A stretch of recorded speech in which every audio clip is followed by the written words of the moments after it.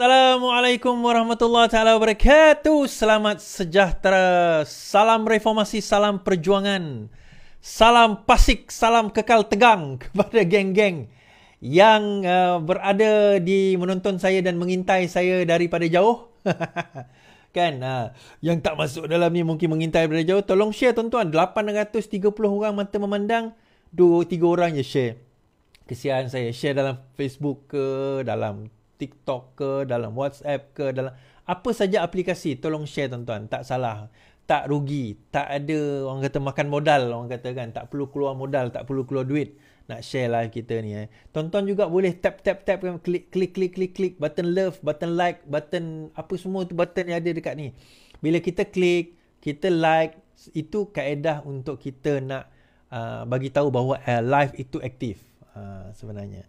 Jadi lebih ramai orang melihat. Kadang-kadang orang bertanya pada saya, macam mana Iswardi saya nak membantu live Iswardi ni? Tak perlu bantu banyak. Macam saya kata tadi, share, like, subscribe. Lepas tu tap love, tap like, komen. Kan? Komen-komen yang baik, yang membina. Kalau komen-komen yang tak baik, yang membina pun silakanlah. Dosa tanggung sendiri. Saya tak tanggung dosa orang kan. So masing-masing punya hal lah. Kan?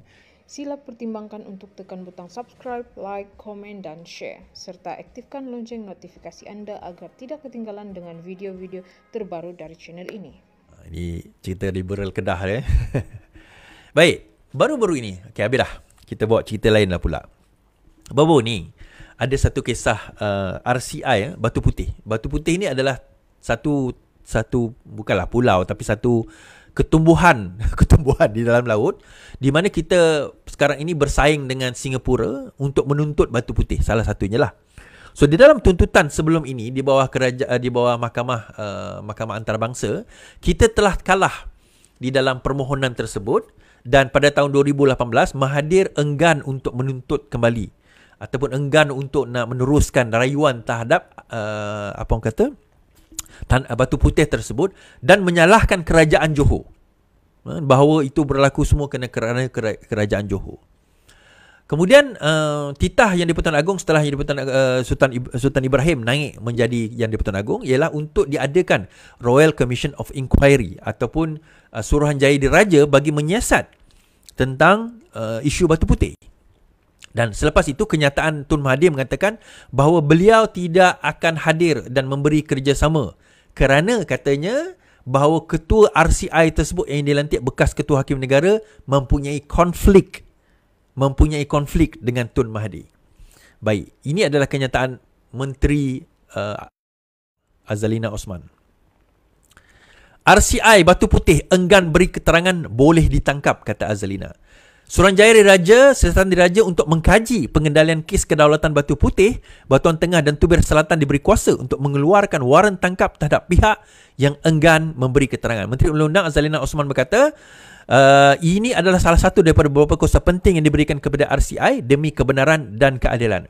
Antara kuasa ini ialah memanggil orang untuk memberi keterangan mengeluarkan waran tangkap terhadap mereka yang enggan membuat demikian dan mengeluarkan denda. Dia dilaporkan berkata ketika berucap di Kamar Khas di Dewan Rakyat pada hari ini.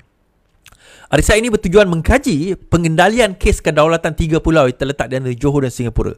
RCI itu dijangka menyemak keputusan Kerajaan Pakatan Harapan pimpinan Dr. Mahathir untuk menggugurkan semakan keputusan Mahkamah Keadilan Antarabangsa International Court of Justice bagi menganugerahkan Batu Putih kepada Singapura.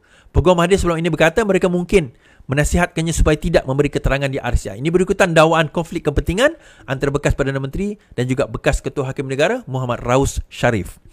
Mahathir sebelum ini mencabar pelanjutan tempoh Raus sebagai hakim melepasi persaraan mandatori dengan Raus meletak jawatan selepas Mahathir memegang jawatan pada 2018. Secara berasingan, Yang di-Pertuan Agong Sultan Johor sebelum ini membuat kenyataan tajam yang ditujukan kepada Mahathir berhubung semakan semula keputusan ICJ yang digugurkan. Azalina hari ini berkata RCI Batu Putih akan diberi masa sehingga 6 bulan untuk selesaikan siasatannya dengan laporan akhir akan dibentangkan di Parlimen.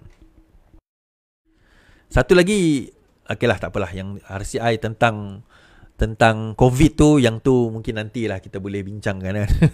Tapi nak bawa isu di sini, kenapa Mahathir begitu takut dan kenapa Mahathir pada zaman dia jadi Perdana Menteri pada tahun 2018 enggan untuk nak meneruskan rayuan sebaliknya memberi kemenangan kepada Singapura tentang isu RCI, tentang isu Batu Putih dan juga dua sempadan yang lain tersebut. Di satu soalan yang menarik sebenarnya, malah pada tahun tersebut kita antara yang mempersoalkan kenapa Mahathir tidak meneruskan usaha untuk nak nak pergi ke International Court of Justice itu untuk merayu terhadap keputusan menganugerahkan Batu Putih kepada Singapura. Itu satu persoalan sebenarnya. Jadi dengan RCI ini kita dapat melihat suatu hari nanti apa sebenarnya yang berlaku. Kenapa keputusan itu dibuat? Adakah benar seperti mana dakwaan Mahathir bahawa ini adalah salahnya terletak kepada kerajaan negeri Johor? Dokumen-dokumen yang dikemukakan telah hilang. Ada yang dikatakan kalau tersilap saya hilanglah, dokumen tu tak ada lah, ataupun ditandatangani, bukan hilang, ditandatangani oleh mungkin datuk ataupun moyang kepada Sultan Ibrahim sekarang ini, menyerahkan Batu Putih itu kepada British dan akhirnya Singapura. Something like that. Ada satu technical error yang berlaku di situ. Well, we don't know. Kita hanya akan tahu apabila RCI itu dilakukan nanti, and hopefully daripada situ kita akan dapat nampak perkara yang sebenar yang berlaku, insya-Allah.